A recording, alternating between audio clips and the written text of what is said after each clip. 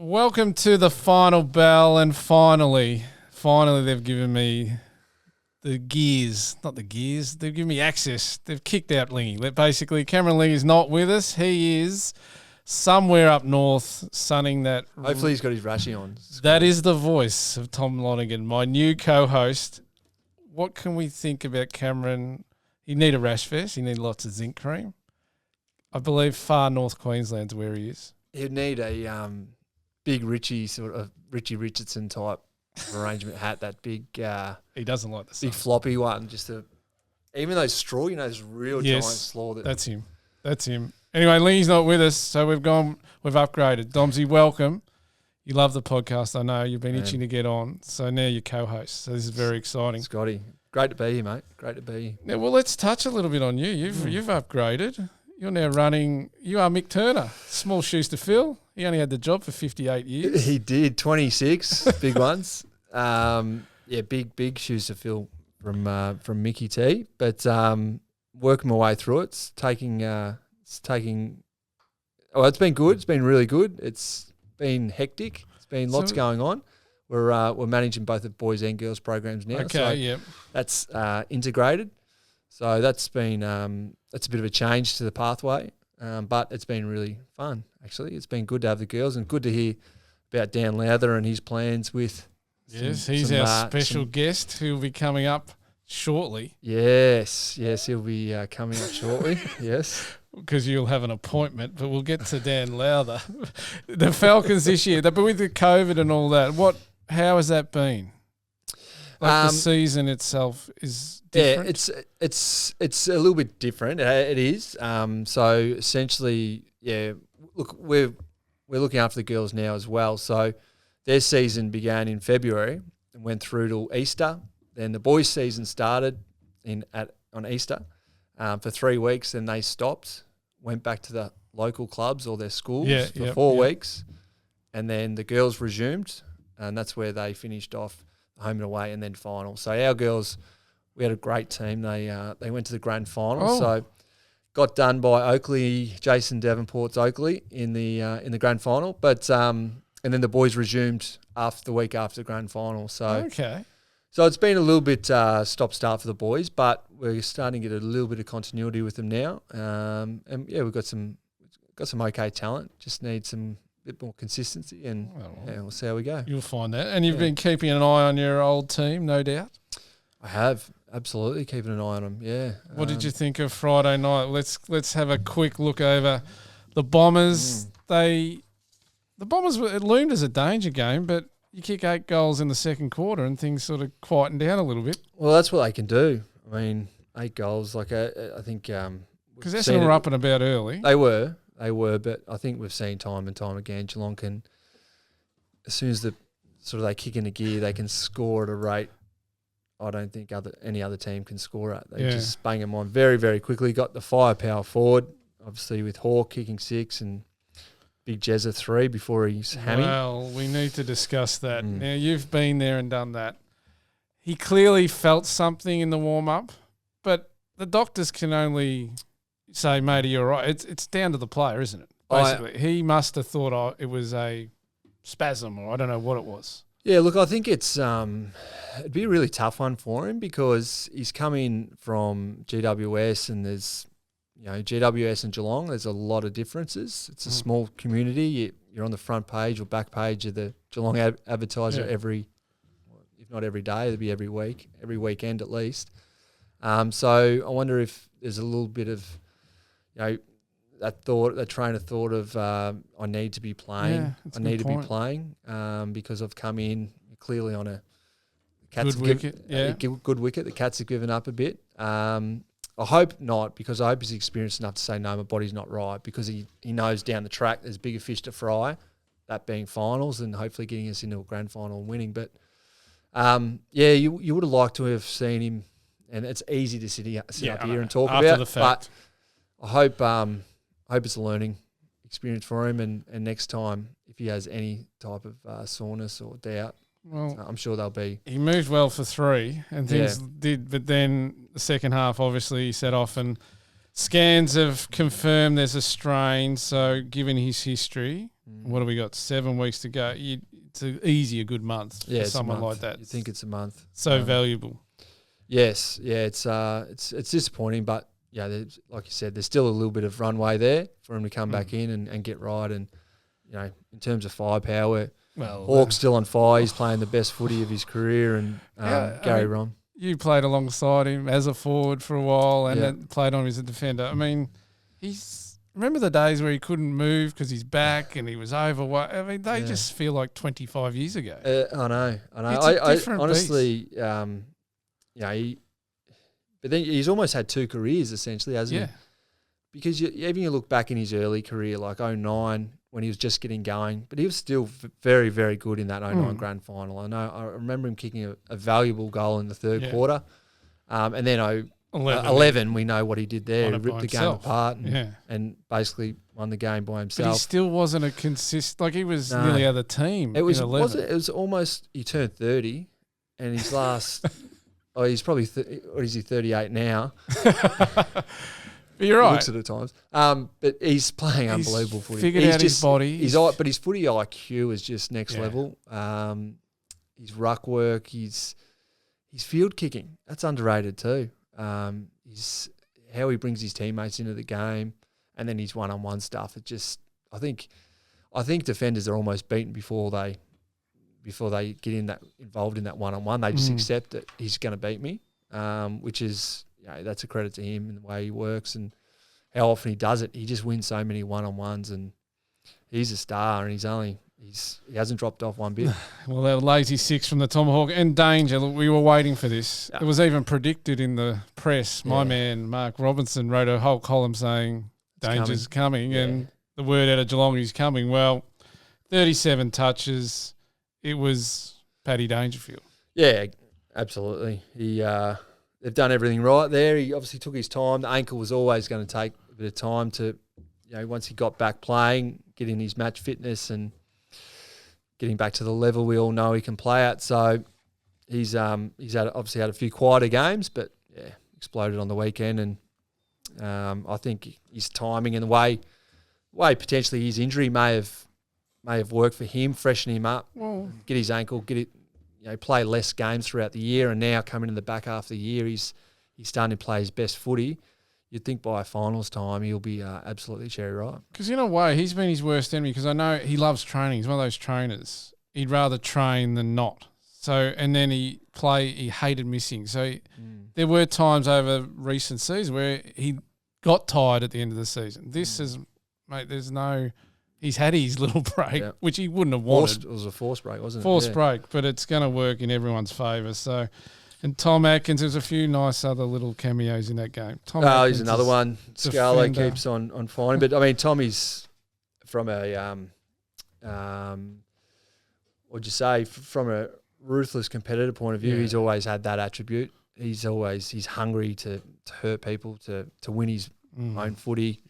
Takes after the old man in that aspect, I think. Old Mikey. Mikey's but a bit more polished with his skills. He's turning into a very good player, Tommy, and I'm really, really happy for him.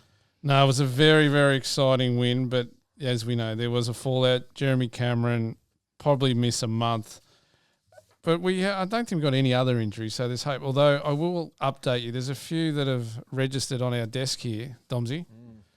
So the Shark, this is from the GM of footy, Simon Lloyd. Sammy Simpson, he could be back. He strained his hamstring. He's had a nothing year, poor old Sammy, ever since. Important for him too, isn't it? Lingy got him over to his school. We did a podcast from Lingy's workroom, practically. Alumni room. Yeah, you got Henry and Simpson in there because they were both from that school, and he loved it. And poor old Sammy hasn't had a kick since.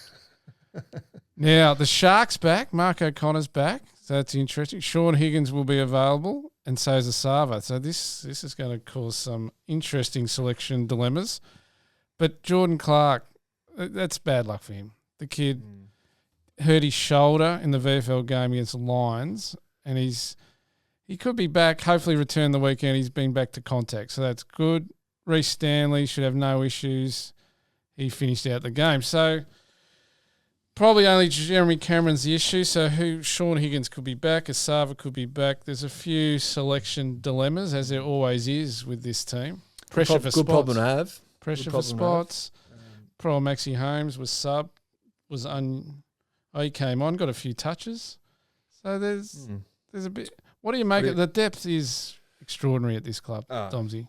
Unbelievable. I mean, you look at some of their names. Who comes back in? Well, Cameron will when he's fit. Mitch Duncan's back in when hopefully he recovers from his knee. Merrick O'Connor, he's there. He's their number one target now, so he's probably coming back in. And Sammy Simpson, he was superb in the final series. So yeah, just to have that amount of depth. Now looking ahead, they've got Carlton, the mighty Blues, who have come good out of nowhere. They've won 2 in a row. They've only beaten Adelaide and Fremantle. Now it's at the MCG on Saturday afternoon at 4:20, I believe. The unusual, and it's about as our producers think it's here. No, it's at the MCG. Yeah. We're going well here, Domsy. What have you made of the Blues? I mean, they've been inconsistent, a strange setup. Yeah, but the talent's there. Well, it is. Clearly it's there. I mean,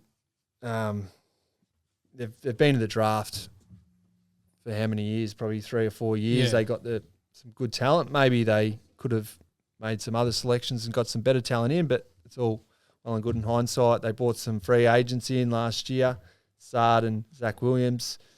I just think it's from a David Teague perspective, like he hasn't really had a great chance to settle in and develop his style, and I just think they've just got to give him time. And obviously they're doing a review at the moment. I really hope that he survives the review and they put some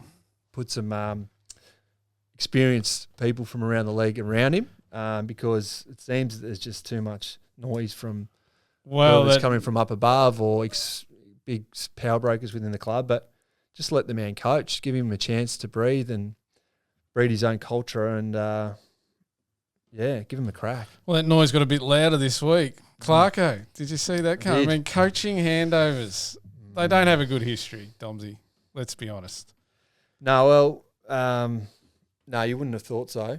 The Roosie and Simon Goodwin worked. Maybe a little bit. Yeah. But Buckley, Malthouse, no. Terrible. The Essendon, Rutten, Worsfold, that didn't work. No. I mean, basically, my read is that clearly Clarko, Jeff Kennett said, you can come and get him. So it's basically he'll serve it out if no one wants him, and everyone's going to want him. Yeah. So Collingwood's already on the table. Poor old David Teague would have had a sleepless night hearing that. Yeah. So Carlton will go hard at him. Yeah. It's a strange one to why kick out the best coach of the modern era? Well, Chris Scott's pretty close, but for a guy you're so desperate to have Sam Mitchell, who, you got an insight into him, but you don't know how good he is. What's wrong with letting him go away for 2 years and get him in 5 years? Yeah. It's the Buckley-Eddie Maguire thing that didn't quite work. Yeah, it seems as though Jeff wants to make his mark a little bit. And that's a shock. I don't know. I totally agree with you. Like Clarkson, him and Scotty, Horst Longmire, probably the 3 best coaches. Well, he's proven that he gets it done on the big stage and he knows how to build a premiership list. So they're clearly in that rebuilding phase at the moment. But he's when you listen to him talk, Alistair Clarkson, he demands your attention, and he's got so much respect. And to be kicking a guy out when they haven't been going that bad, Hawthorn, like they're clearly in that rebuild phase. But gee, it's a big call. I'm with you. I'm 100% with you. And I know there's huge raps on Sam Mitchell, but as we've seen over the years, it's a huge step up to the senior coaching role from assistant, isn't it? So I wish him all the best, but there'll be some clubs come knocking for Clark. Now, the other big news happened right here, Domsy. A man who helped shape your career. Steve Hocking is coming back as CEO of the Geelong Football Club. Talk about big shoes to fill. Cookie, as he mentioned, has been here 23 years. He might have been longer. Hock back. It's no great surprise. He's a favourite son. he's he's had an interesting time at the AFL. I think he's shook it up and put his imprint on it. Does well. Yeah, take us. I mean, you know him better than I. He was always a quiet sort of operator in his role with Bomber when he helped Bomber shape those premiership teams that you were part of. He was. That's probably the external view, but internally, that's what I mean. Behind closed doors, demands a lot of respect, and he has that within not only the playing group but the staff that work for him. He's got a really clear vision of what he sees as of a football club. I'm sure he's going to formulate that of where he wants to take the role as a CEO and who he wants the team around him. I think that's the most important thing for Hock, is knowing he can trust the team around him. So he's, as you said, he shook things up at the AFL, and but he made some changes, and that's something that he's not adverse to doing. Yeah. He's making change, and you got to respect that. It's easy to stick with the status quo, but he gets in, shakes it up. He's as he mentioned himself, he's taken a bit of bark off, which I can imagine. I reckon it's the worst role in footy. It's not the worst, but it's the hardest role in footy. It's just you just can't win. There's no winners in that.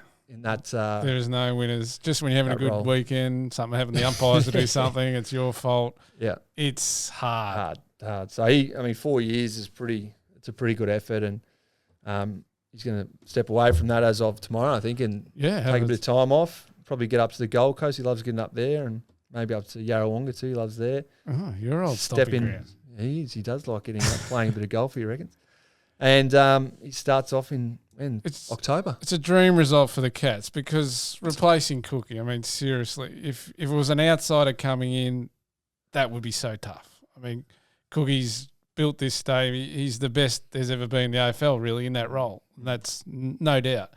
Having someone who's confident enough and knows the lay of land here to slide in. I mean, Cookie helped shape him when he was still here. Like he identified him 10 years ago and said, you can be this CEO, and the Cats have orchestrated. They should be. It's something that other clubs such as Carlton should learn off. Oh, totally. Just the stability of, been some massive changes, hasn't there? Like Colin Carter leaves, Craig Drummond comes in, steps in and pulls seamless. Even when Barmy left back there, 10 years ago, Hawks stepped straight in. It wasn't even newsworthy after a day. It was just a seamless transaction. It's the beauty of this place, and it's almost like they develop the people ready to have them ready for a position higher up when the time's right. It's something that the Cats do extremely well.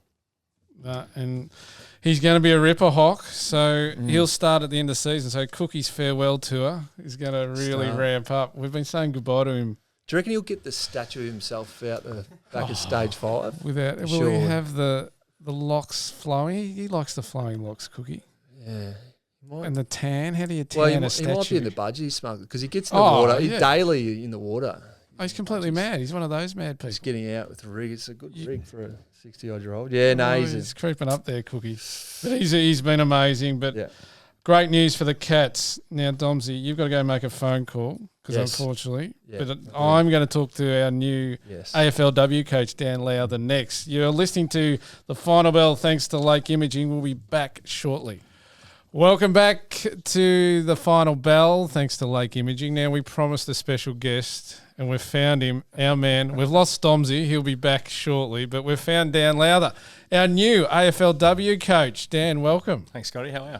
Very well. Now, mate, you've been here in several roles that I had to ask you off air. Now, explain to our listeners, when you first came here, in what guise was that? It would have been a player. Correct. Many moons ago, drafted in 95. So, first year was 96. Who was still here then? I tell you what, it was the who's who. I got there and it was... You still got a little bit of the legends, didn't you? I had Billy, there was Barnes, Couch, Hocking, Riccardi, Stoneham, and then you had Senior. Gary Ablett Senior was... Take me through a senior moment. You had no idea who you were. No idea. Sport or Bud was probably the most you got out of him if he was around. I do recall, can you spare $5 one day as well, which I never got back. So he's hit up the young bloke. As an 18-year-old bloke, I was like, yeah, just take whatever, don't worry about it. It's fine. Gaz, it's all yours. Yeah, many good stories. Fantastic. And how long did you last on your playing side of things? I had 6 seasons. So Gary Ayres obviously was coaching for the majority of my time here. Then a rollover to Bomber in the last couple of seasons that I had here. So yeah, finished at the end of 2001.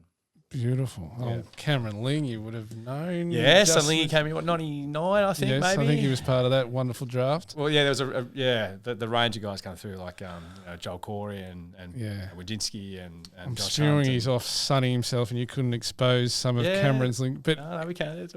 And then the big circle came back again. What's the next phase of you and Geelong? So the next phase was coming in a coaching capacity. So I got an opportunity to coach. I was coaching the NAB with the Falcons, and then an opportunity to interview for a VFL assistant role. So I was successful with that. So I had 3 years coaching different lines across the VFL men's program, which was really, really great. So Shane O'Brien ended up being coach for the majority of that time. And then so that was that part, and then it rolled into an opportunity to work with the AFL men's program as well. Yeah, an analyst. Now, this is a very lot of watching of footy. Explain how this works, because a lot of people wouldn't get what you do. So I'm a teacher. So this was from going from a coaching pathway into now you're an analyst. You actually have to go through the IT people, and I'm not. Like IT, it's like, it's turn it on and off. Yeah, That's about as much exactly as right. Yeah. So, but my role was basically a footy component with IT. So, watch as many games as I can, work with midfield, work with Man Unites in the midfield group predominantly, which was really great.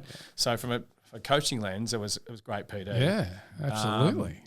Go watch opposition, study opposition trends and whatnot, but use champion data, use all the stats and whatnot to kind of paint pictures of what teams might be doing. There's not a lack of stacks nowadays. Oh, it was chaos. Yeah, there was so much. But yes, that was good. And in the box game day each week, just like looking at stoppages. Oh, beautiful. So, and again, like I said before, like for an aspiring coach and someone who wants to follow that pathway to be in the box every week. So if your computer starts doing red lights and stuff, you have to go, Scotty, that bloke just had 15 clearances. Yeah, at the right time. You pick your timer. You don't want to fist through the window or a phone thrown back at you. It was a fairly stressful environment, but like highly competitive, and I loved it. Yeah, it was good fun. And then AFLW. So you had last season with Hoodie. Yep, last season. So I came in. He gave me a call out of the blue, which was nice of him.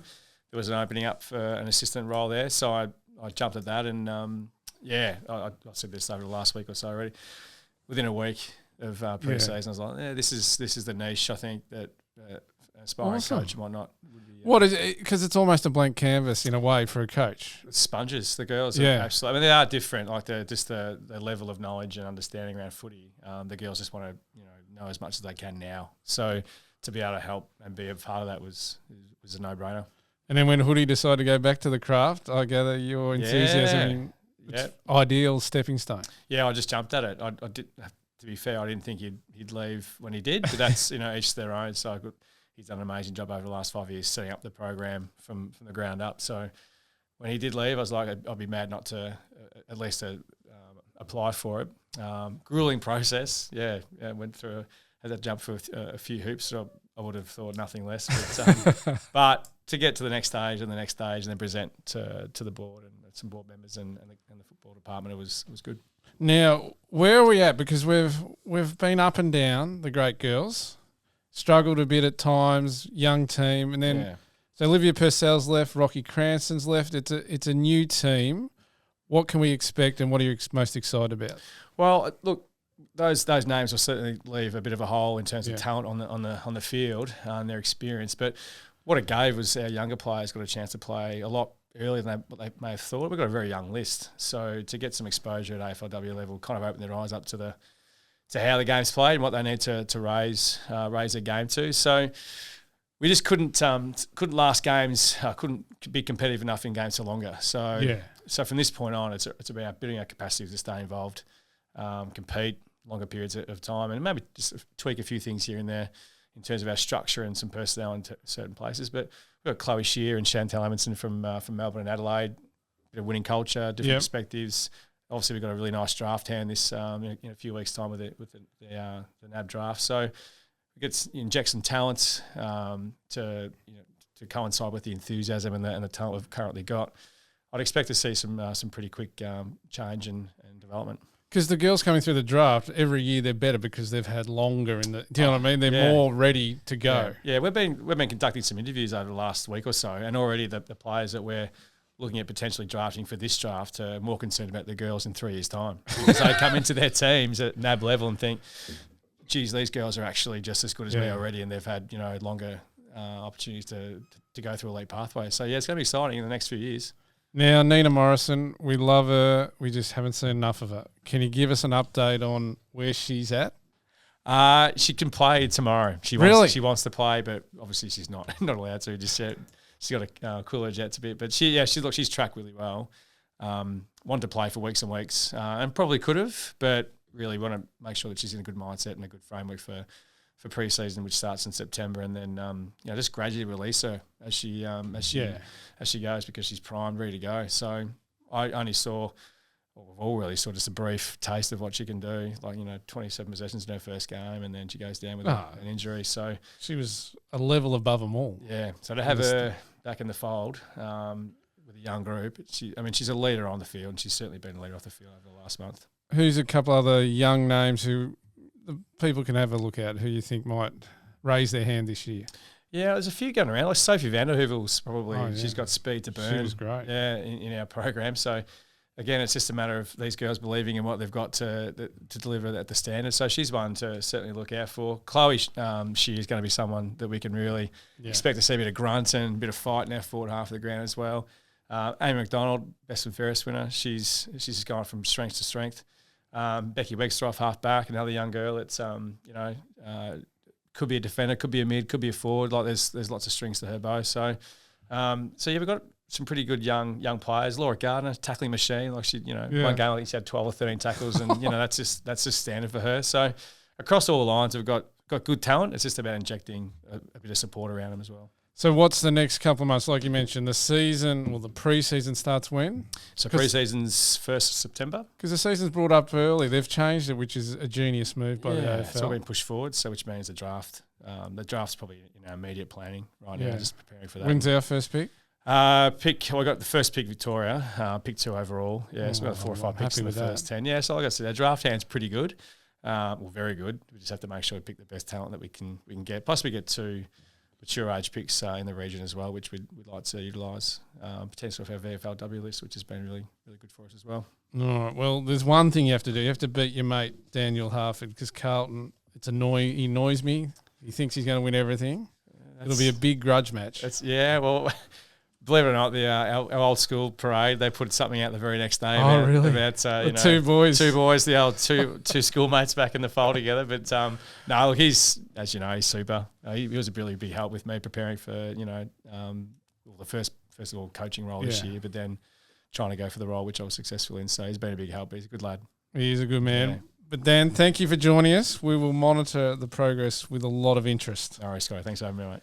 And we'll be back with Domsy will return, and so will your questions. Welcome back to the final bell. Domsy, you're back.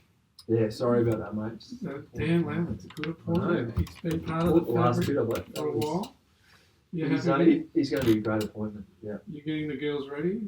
We are. Priority access to any still? No. Open draft. So previously you could tick a box if you want to stay in Geelong, but now it's open slate for only Victorian teams. So you've got to hide some away, old school, and just sort of... It's been hard. There's clubs don't play the last 5 games, girls, will get you to Geelong. I'd like to, because they have got a good draft and the Cats W, but I think we'll have a couple of players that hopefully they like. Good. Now, I failed to mention, you're a man of many talents, you already knew that, but commentary, I've heard you many times on Carol, but you've branched out. VFL, KOTV, you were there, Geelong and Essendon, it was a curtain raiser, and take me through it. Oscar Brownless, let's start seriously talking about this young man. Yeah. He's had a bad injury run. He's shown a bit. Plenty, showing plenty. And I mentioned throughout the broadcast, just you can look at his frame now. I remember when he first arrived, he was this slight kid that could run a 2K in record time. Yeah. But So he's not his dad. For those who, he's definitely not anything like. Nothing like his dad. No, he hasn't. He hasn't. He's a running mid. Running machine. Yeah. Inside, outside mid. That can run all day. And his performance on the weekend was very, very good. He had 26 disposals. Kicked a couple of goals, a couple of nice goals where he sort of put the afterburners on and kicked a nice goal. So just looking at some of the reports, he's had 6 appearances in the VFL and he's been in the best for the last. Oh, sorry, 6 of 8. 6 of 8. Yes. What was it? Anyway, he's been good. He's been very, very good. So.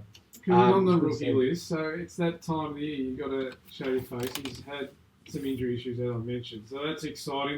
The boys won by 75 points. We're never really in trouble against Essendon. Darcy Lang, hasn't he enjoyed coming home? Oh, well, he's not on the list. I said it throughout the broadcast. I said, you look at him and Jack Thurlow, they've come back, and this goes to show a bit about the footy club itself. How many delisted players have finished up, gone somewhere else, and then they've actually come back to the club that I've listed at. It just shows enormous things about the Geelong Footy Club. So well done to Darcy. He's only 25. Collie boy, good start. Yeah. Frank he kicked 5. Frank the Tank's back. He kicked 3. Some nice goals, Frank. So poor old Frank, he just found a spot, an injury curtailed him. So that's exciting. I've got a feeling he's gonna make an AFL spot his own though soon. He's just got knack to finding the goals. I just love his story. Yeah. Playing at university footy or BAFA footy and poor old Lingy's not here, but Chuka had 41 disposals. He loves Chuka. Well, I did too, and said throughout the broadcast, he just needs an opportunity, Chuk. He's he just keeps putting the numbers up time and time again. So hopefully, Cats can find him an opportunity. It's hard. All right, well, when do we get any more commentary from you? We've just got a monitor KO for your little cameo. Stay tuned. And, stay tuned.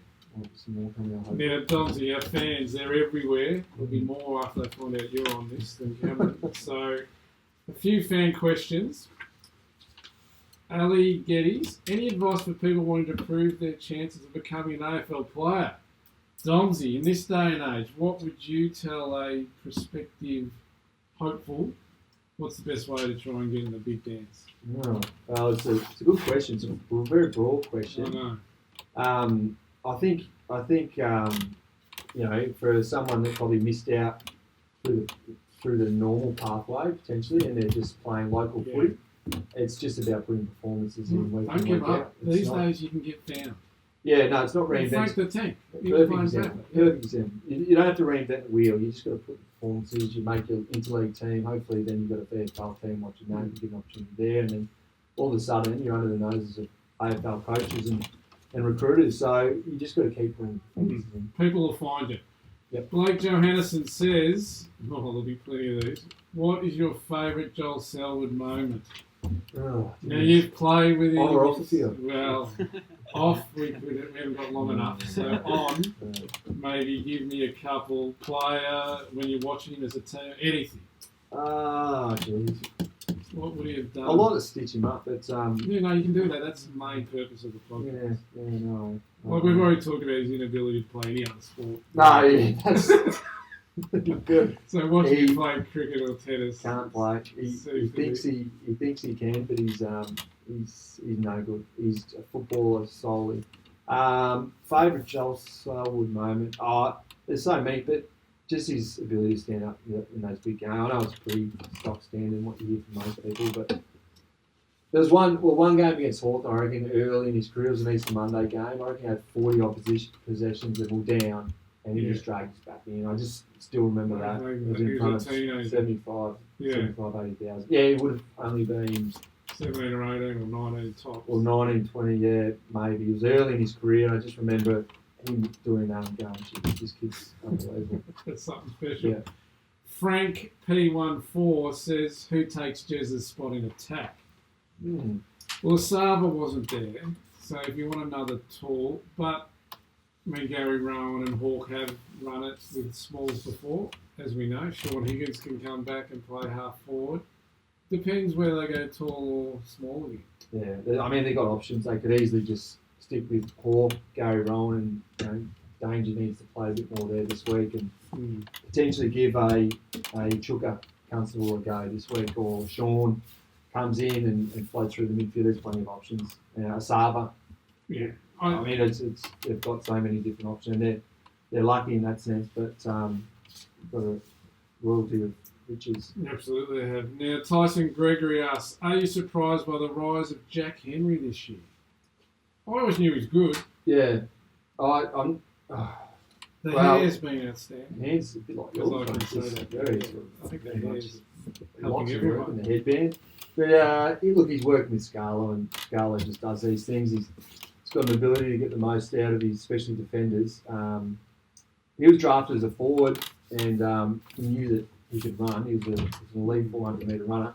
But he's playing his best footy down back, and I love the way he goes about it. He's got that license where you get that confidence now. Oh, I'll mark it instead of my pay. Like, he's not thinking negative, is he? It's like, see ball, I'll get it from this bloke. Yeah, he's playing unbelievable footy this year, and I take my hat off to him. Okay, May Grace 00 says, who do you think is most Brownlow worthy at the club right now? Brownlow. Well, I think Marcus Bontempelli's won, so it's already done. So who's going to run second? Oh, you'd say Joel would have got some votes early. He's had a great year. Yeah. I mean, Hawks had a great year, but forwards don't get votes. I don't think he votes. It's very bizarre. I mean, because every year, when you think the umps get paranoid, because I think so at some point. everyone keeps saying, mate, you don't kick defenders or anyone, and they sort of slant that way, but they don't. Tom Stewart, two halfback flankers get votes. Well, he's definitely going to get through against Yormont. The game he played out here was extraordinary. But he'd be a chance. Look, I think, again, it shows how strong they are as a team across the field. They've got so many players that can step up and play big games for them, and when someone's down, they have someone else step up. So they're very, very even. Yeah, but it won't be coming down here, the Browns. Don't mate. But anyway. Now, in honour of the missing redhead, we've got Tom Simmons asked, what was Lee like as a captain? Did you listen to the, we'll take it 1 week at a time. He was always obsessed with all that. He was a great captain, Lee. He was... How did he switch it on and off? Because we all know off the field, he was Cameron. He was Cameron. Cameron, who'd never done a cold bath in his whole career. He's just used to waltz on out, literally footy training would finish, and he'd be literally in the car park 2 minutes later. Everyone would be doing their hot and cold thing. No, I'm going for a surf. Going for a surf down the top end. So that was his go. But he was a ripper. I loved him, and obviously my premiership captain. But he's his ultimate team man, and did whatever it took to win a game for the Geelong Footy Club, and that's what we want all Geelong players to be like. Is just do what you need to do to get a W for the Geelong Cats, and his ability to organise around stoppages. There's no one that's I've seen better than that. He absolutely just takes control. So and you could hear it from it as a defender. You could hear it up the field. He'd be pointing and shouting. He used to bloody shout. We have that problem in here. And be after his face would get so pink, and he'd be sweaty, and he'd be like, "Jeez, Pink Pig just sort of." Pink Pig gets very, very much. He gets wound up. He needs more zinc, and he's thinking would right now where he is sunning himself in his budgie smugglers. So we wish him all the best. He'll be listening to this. Domsy, you've been outstanding. Thank you. I just can't do that. The hair, I should have wore the hat. No, you shouldn't. You've been here because Lake Imaging looks after us, and Tom, you'll be back at some stage. Could be next week. We don't know. We'll be very shortly. But thank you for tuning in. Don't forget, the men will be playing 4:35 at the MCG in Carlton on Saturday. But before that, you'll be here at GMHBA Stadium because the VFLW ladies are going against the Southern Saints at 2 o'clock. GMHBA Stadium, Southern Saints, VFLW, the Cats girls will get it done. Thanks, mate, again. Appreciate it. Good to be here, mate. Thank you. We'll talk next week.